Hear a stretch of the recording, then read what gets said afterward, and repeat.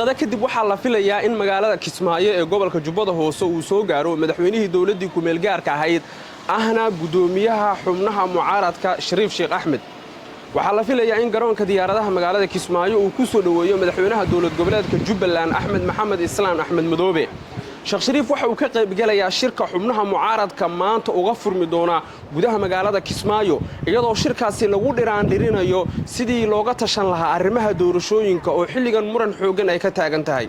filla Soomaaliya ayaa shirkan u aragta dharbaaxo xoogan oo iyada ku dhacday sababtoo ah juhdi xoog iyo xeeladba filladu waxay ku bixisay sidii loo joojin lahaa shirkan laakiin inta badan xubnaha madasha ayaa shalay yimid Muqdisho Sheekh Shariifna daqiiqada kadib ayaa la sugayaa.